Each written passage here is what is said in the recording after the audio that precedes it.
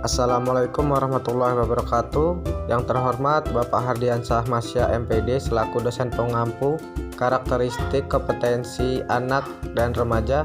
Di sini saya RG Tri Afandi yang akan menjadi moderator dari kelompok 6 yang akan memandu perkuliahan pada hari ini. Di sini kami dari kelompok 6 akan mempresentasikan hasil materi kami yang berjudul tentang fisik dan seksual. Dan di sini terdapat beberapa anggota dari kelompok 6 yaitu Ari Putri, Atia Rizky, RG Tri Afandi, Jeli Septiani, Laili Indriani, Sri Rahayu. Dan untuk materi yang pertama akan dibacakan oleh Saudari Ari Putri. Kepada Saudari Ari Putri saya persilahkan. Perkembangan fisik remaja. Pengertian perkembangan fisik remaja. Perkembangan fisik merupakan perubahan-perubahan yang dialami oleh individu atau organisme menuju tingkat kedewasaannya untuk kematangan yang berlangsung secara sistematis, progresif, dan kesinambungan. Menyangkut fisik masa remaja adalah peralihan dari masa anak-anak ke masa dewasa yang mengalami perkembangan semua aspek dan semua fungsi untuk memasuki masa dewasa. Masa remaja berlangsung antara umur 12 tahun sampai dengan 21 tahun bagi wanita dan 13 tahun sampai dengan 22 tahun bagi pria. Ciri-ciri perkembangan fisik remaja. Perkembangan manusia ditandai dengan kemampuan dan struktur tubuh yang lebih kompleks dalam pola yang teratur. Perubahan tersebut meliputi perubahan primer dan sekunder dihasil dari buku yang ada yang berubah pada diriku. Perubahan fisik pada laki-laki. Masa pubertas laki-laki ditandai dengan dihasilkannya dan dikeluarkannya sel kelamin pria atau sperma pada organ produksi laki-laki. Ini menjadi tanda bahwa sistem produksi laki-laki sudah berfungsi. Ciri-ciri fisik atau perubahan sekunder yang dialami adalah tumbuh jangkut, tumbuh kumis, dan janggut. Tumbuh rambut halus di ketiak dan kelamin. Organ kelamin membesar. Suara berubah menjadi berat, dada tampak bidang, bau tubuh. Namun perlu diketahui bahwa tidak semua laki-laki mengalami ciri-ciri kelamin sekunder yang mencolok. Ada juga yang tidak mengalami pertumbuhan jangkut dan kumis. Perubahan fisik pada perempuan. Ciri utama atau perubahan pada perempuan saat mengalami masa pubertas adalah menstruasi. Perempuan yang sudah mengalami masa pubertas akan menghasilkan sel telur setiap bulan. Jika tidak dibuahi, proses menstruasi pun terjadi. Berikut adalah ciri-ciri fisik masa pubertas pada perempuan. Tumbuh rambut halus di ketiak dan organ kemaluan. Payudara mulai membesar, pinggul mulai melebar, suara menjadi lebih melengking. Baiklah, selanjutnya akan dibacakan oleh Saudari Laili. Faktor-faktor yang mempengaruhi perkembangan fisik remaja. Faktor-faktor atau kondisi yang dapat mempengaruhi perkembangan fisik remaja antara lain adalah 1. Sistem endokrin, yaitu bila sistem endokrin berfungsi normal, maka remaja akan memperlihatkan ukuran tubuh yang normal pula. Sebaliknya, bila remaja mengalami kekurangan hormon pertumbuhan, maka akan menjadi seperti kardil, sedangkan yang kelebihan hormon pertumbuhan akan menjadi terlalu besar. Yang kedua, faktor keluarga, yaitu faktor keturunan heredity. Faktor keturunan antara lain gen yang mempengaruhi tinggi badan, berat badan, warna kulit, warna mata, dan warna rambut. Yang ketiga, faktor lingkungan juga tak kalah pentingnya bagaimana pengaruh orang tua terhadap agama, moral, dan psikologi umum dari sosialisasi dan perkembangan anak-anak mereka. Yang keempat, faktor perubahan fisik remaja yang terjadi pada saat pubertas merupakan pengaruh antara lain faktor genetik dan lingkungan. Pertumbuhan biologis pada masa remaja ini merupakan komponen universal yang tidak hanya memiliki implikasi biologis, namun juga perkembangan kognitif dan sosial. Yang kelima, faktor ketentuan Allah. Dalam perspektif Islam, terdapat faktor ketentuan Allah yang juga sangat berpengaruh pada perkembangan dan pertumbuhan karena Allah memiliki kontrol penuh atas segalanya dengan kekuatan dan pengaruhnya. Materi selanjutnya akan dibacakan oleh Jelly.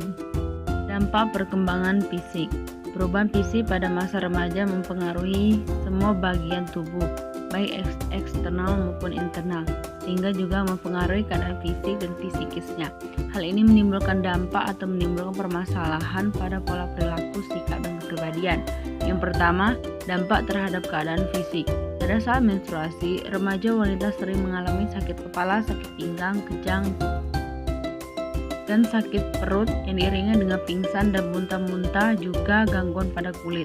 Karena itu, timbullah rasa lelah, tertekan, dan mudah marah. Perubahan fisik remaja juga dapat menyebabkan gangguan pencernaan dan nafsu makan kurang baik sehingga lesu dan lelah. Yang kedua, dampak terhadap sikap dan perilaku. Menurut Ridwan pada 2004, ada beberapa dampak atau pengaruh perubahan fisik terhadap sikap dan perilaku, yaitu ingin menyendiri, bosan, inkoordinasi, antagonisme sosial, emosi yang meningkat, dan hilangnya kepercayaan diri. Yang ketiga, dampak terhadap jiwa.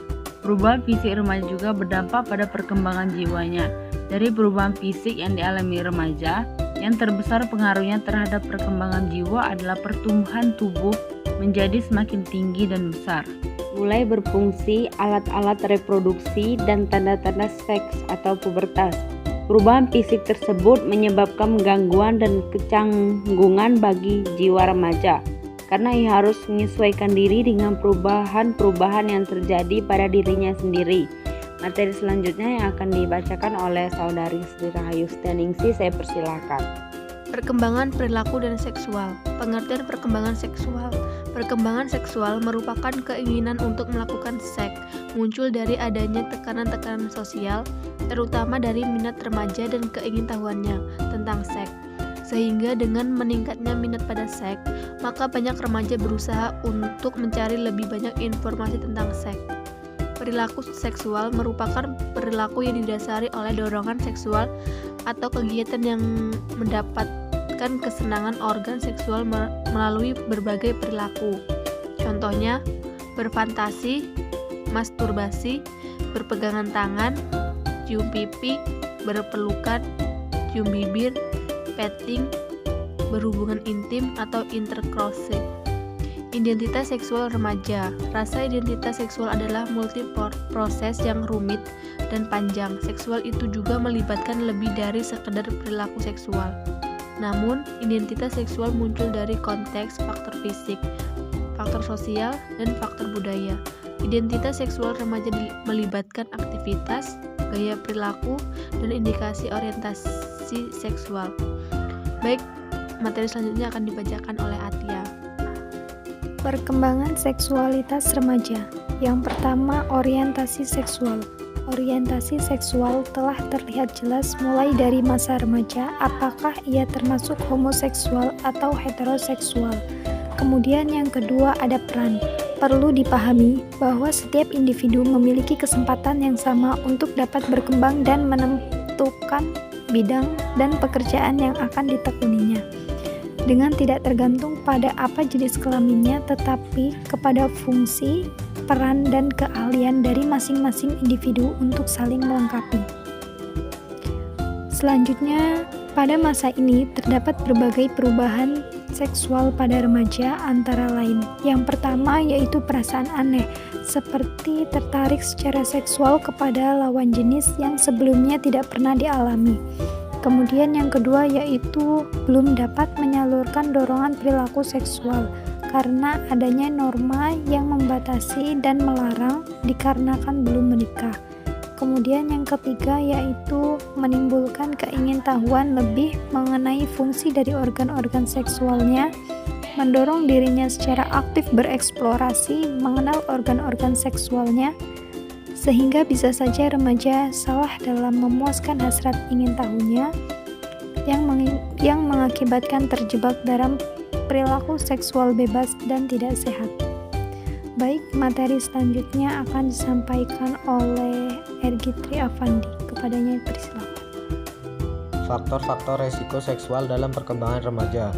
Dalam pengambilan resiko, terdapat dua kekhawatiran utama tentang aktivitas seksual, yaitu pertama, infeksi menular seksual (IMS), di mana penyakit ini ditularkan melalui hubungan seksual serta seks oral genital dan anal genital, misalnya HIV atau AIDS. Kedua adalah kehamilan untuk aktivitas heteroseksual. Biasanya faktor-faktor resiko tersebut adalah tinggal di komunitas atau lingkungan yang kurang beruntung secara sosial, ekonomi, penggunaan narkoba, perilaku antisosial, dan pergaulan dengan teman sebaya yang menyimpang. Edukasi seksual.